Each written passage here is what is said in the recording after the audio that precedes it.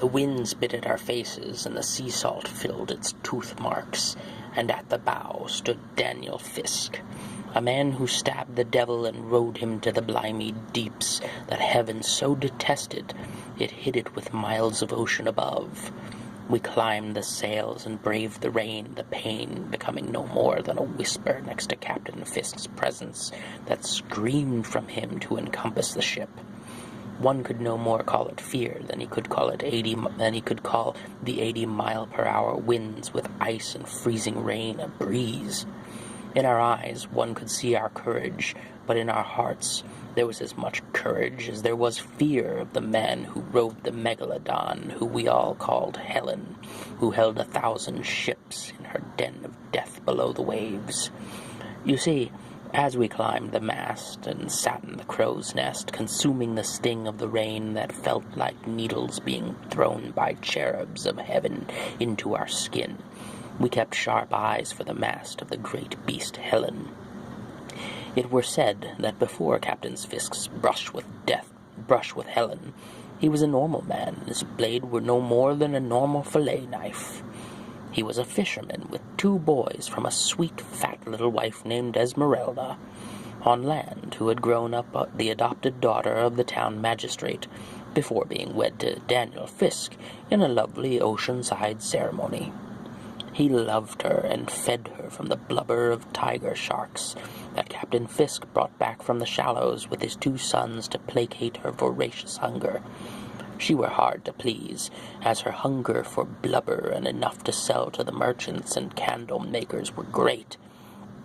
But he was always a man among men, and they always made enough to live a well life, and the town loved him, and he loved them.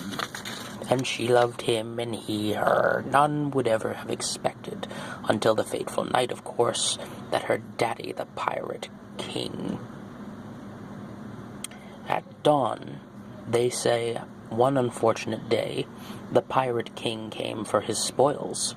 This included his daughter that he valued, specifically to corrupt the heart of Daniel Fisk, in Fisk's matrimony to Esmeralda.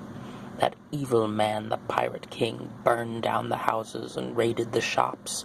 He killed the magistrate and took prisoner those strong enough to serve on his crew, and at the end of his tirade, Fisk's sons were missing, so Fisk was invited to join the pirate king's crew in exchange for the king helping Fisk to find his sons. See, even though the boys had likely fallen in the raid, the village by the water had many boats missing, and Fisk thought his sons to have escaped by boat. The dear Esmeralda were given a choice on a separate boat where Fisk was not allowed to venture.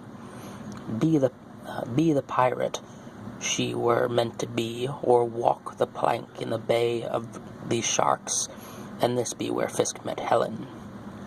He was uninformed of the decision to make Esmeralda walk the plank, for as much as she meant to him, he were on the flagship, and she were on the prison ship for collateral. In the raid, the pirate king had not found a daughter, as he had hoped, but he had realized a way to capture a son in Fisk. That night, the sentence of Esmeralda was to be carried out were a brutal night, like the one we endured. A song that pirate daddies sing to their vicious little groupers best explains it better than I could. They sang, "Look upon the waves and dwell, how low the depths for such high swells, and in the mouth of Davy's hell, behold the beast, the Megalodon. He comes to rise in Esmeralda's eyes, the last she'd see, but Daniel's knife plunged in his side, and down they went to a dead man's dive. And there in the black Fisk pried his mouth, but too late for Esmeralda's life. But Fisk still stood a tooth to fight, and one day plunge it to Helen's side. From the tooth Fisk folded steel over top of it until the sword he now holds at his side on this night looks as evil as the beast it came from. There be no telling how many men have tested its bitterness, the least of which was the pirate king, who has not been heard from since that night. So here we stand at the edge of the world, looking hard into the storm, and Fisk at the bow, we see it now, Helen, the goddess of the sharks. "Ye blackguard, ye beast, ye ugly wench," Fisk starts to yell from the bow. "Ye blowhard and bumpus and bedraggled filch," he screams to the fin that be 50 feet high. We close our mouth, and were they not frozen in fear, the boys of only 16 might pull on the riggins to steer the ship clear of this monster that comes towards us. Fisk looks back for a moment, right at me, in the crow's nest, as I stop my watch of the sea. He smiles, and for a moment it seems as if the rain stops. The men all freeze in place, the lightning hangs in the sky, like some great rip in the heavens where angels would pour forth from a land of pure light. The moment of frozen time did not last long before we were hit by a force I'll not forget again, and in an instant Fisk is on the back of the giant shark. For years to come we would debate on whether Fisk jumped or fell off the boat, but no one would ever really know, for that was the last we ever saw of Fisk.